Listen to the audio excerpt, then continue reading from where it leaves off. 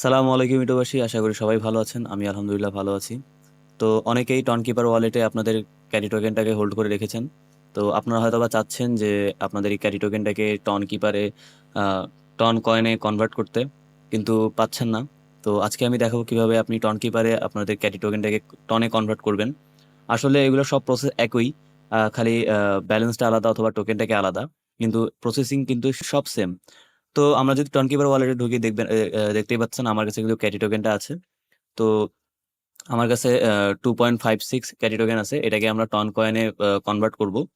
তো আমি A to Z দেখাবো আপনাদেরকে, আপনারা যে যে সমস্যার সম্মুখীন হতে পারেন সেগুলো সব দেখাবো।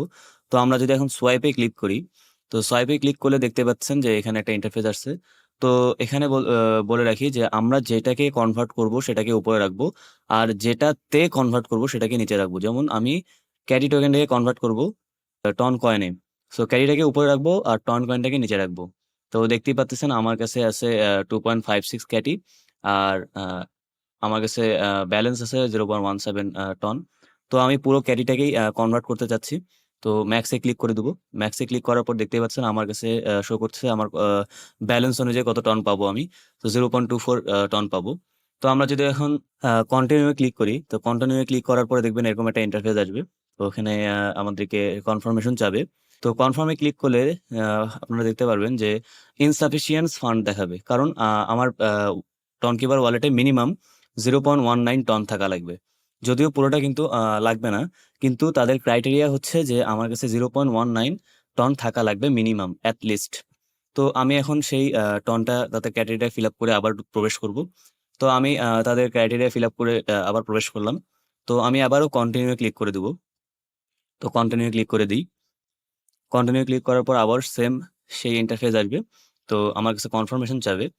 তো আপনারা এটা চেক করে নেবেন কত পাবেন না পাবেন গ্যাস ফি। তো আমি এখন কনফার্ম করে নিব। তো কনফার্মে ক্লিক করে দিই। তো কনফার্মে ক্লিক করে দেখবেন যে আমাদের লোড নেবে। তো এখন অ্যাকশনটাকে কনফার্ম করতে বলবে। তো আমরা এখন ট্রানজ্যাকশনের মতো স্লাইড করে দেবো। দেখতেই পাচ্ছেন আমার কিন্তু পুরো গাড়িটা কেটে নেবে, আর তার বদলে 0.24 টন দিবে। তো আমরা এখন ডান পাশে স্লাইড করব। আর আমার নেট নেট ফি লাগবে হচ্ছে 0.10, যদিও তাদের ক্রাইটেরিয়া ছিল 0.19। তো স্লাইড করে দিলাম। এখন ফিঙ্গারপ্রিন্ট অথবা পাসওয়ার্ড চাবে, ফিঙ্গারপ্রিন্ট দিয়ে দিলাম। তো ফিঙ্গারপ্রিন্ট দেওয়ার পর দেখতেছেন ডান হয়ে গেছে, ট্রানজ্যাকশন সেন্ড হয়ে গেছে আমার। দেখতেই পাচ্ছেন এখানে কিন্তু সেন্ড হয়ে গেছে। তো আমি এখন ওকে করে দেবো। তো ওকে করার পর এখানে কিছুক্ষণ সময় নেবে, অনেকক্ষণ সময় নিতে পারে। আমি একটু আহ, কেটে দিব ভিডিওটা।